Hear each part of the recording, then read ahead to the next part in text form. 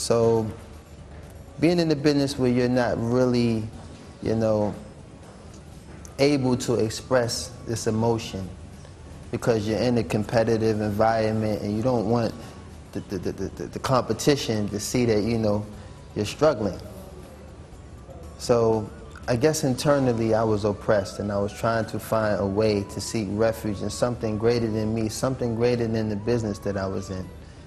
And I actually did a record that was successful. I did a record with a Lebanese artist by the name of Masadi. He hails out of Canada. And to my surprise, because, even as a successful artist, I never expected, any music that I did would propel into a market such as the Islamic market or the Muslim world. Because we kind of, as entertainers in the West or in America, we kind of look at our success ranging in places like the United Kingdom, North America, South America, Europe, things of these natures. So for this record to be successful in the Muslim world, and me being able to be invited to perform this song in the Muslim world, happened to be the greatest experience and greatest transitional phase of my whole life. I visited countries like Muscat, Oman, Abu Dhabi, and Dubai. And through the course of my travels and through the course of performing, and once the shows were over, I started to pay more attention to the surroundings. I started to pay more attention to the environment that I was in and the culture that came with the environment. And as you know, in the Western world, we have a very one-dimensional perception of Islam, and we have a very one-dimensional perception of the Muslim. So on this journey, I was able to see firsthand the extreme difference, not only in Islam, but in the Muslim. Hands-on, my own experience, with my own two eyes, I seen something that was so, different from what American media, expresses in terms of the Islam and the Muslim, and I was drawn. I gravitated to this understanding. I would hear certain things like the adhan, which is the call to prayer. I heard the call to prayer being recited, and actually seeing the Muslim make salat, meaning the prayer, and all these things, combined, played an enormous, gave an enormous impact to my heart.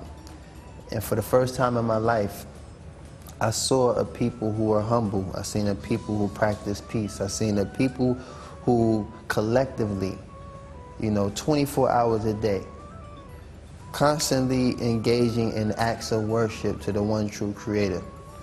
And this was something that I needed, because in my state of ignorance, I found myself trying to, search other avenues to find this peace that I seen displayed on my journey. And I tried to do things like, buy luxurious gifts or travel to beaches and do all kinds of things, and satisfaction was always temporary.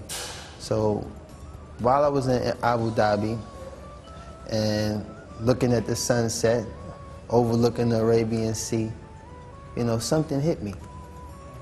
And that vision and those collective impressions left me in only one conclusion, that I wanted to be a Muslim. And this is where I was introduced to Islam with no verbal dawah. Basically, an impression that was left based on the mannerisms of the Muslim, the culture of the Muslim, and the collective acts of worship of the Muslim. All these things lended a hand to introducing me to a brand new way of life and a newfound peace that I wouldn't trade in for nothing in the world, inshallah. Make this transition so easy, and Allah subhanahu wa ta'ala is most kind to make this transition so easy, because some Muslims, as you can probably tell, that making the transition from another faith into Islam, there are a lot of trials and tribulations that one might face from your peers or your family. But in the case of my peers, similar situation. They know me to not ever be like a follower or a tag along. So to see someone with leadership quality follow something as great as Islam, I think a lot of my peers are, one, probably curious about why would I give up such a luxurious lifestyle to be a Muslim. And, you know, like you said, maybe behind my back, some of them joke, but for the most part, the ones that confront me are sincere. And they ask me questions, and to be honest with you, some of them have even accepted Islam. Based on, you know, having this curiosity, knowing me and seeing this transition and seeing how happy I am. See that I smile more. You know, and this is a well-deserved smile. This is not the smile for the camera where you just, no, this is real, you know. So people who know me can identify with these things have definitely showed me, you know, much support, much love, and alhamdulillah, you know, may Allah guide them all into the fold of Islam, because Islam is a beautiful religion of peace. Well, honestly, you know, the music that I did is a lifestyle that comes with the music. And of course, you know, when I was into music, I had a very, very devoted love for music and everything that it contributed to my career and my life at the time. But now that I've found the same beauty in worshiping Allah subhanahu wa ta'ala, I don't need the music anymore to find that joy that I used to find when I used to do music.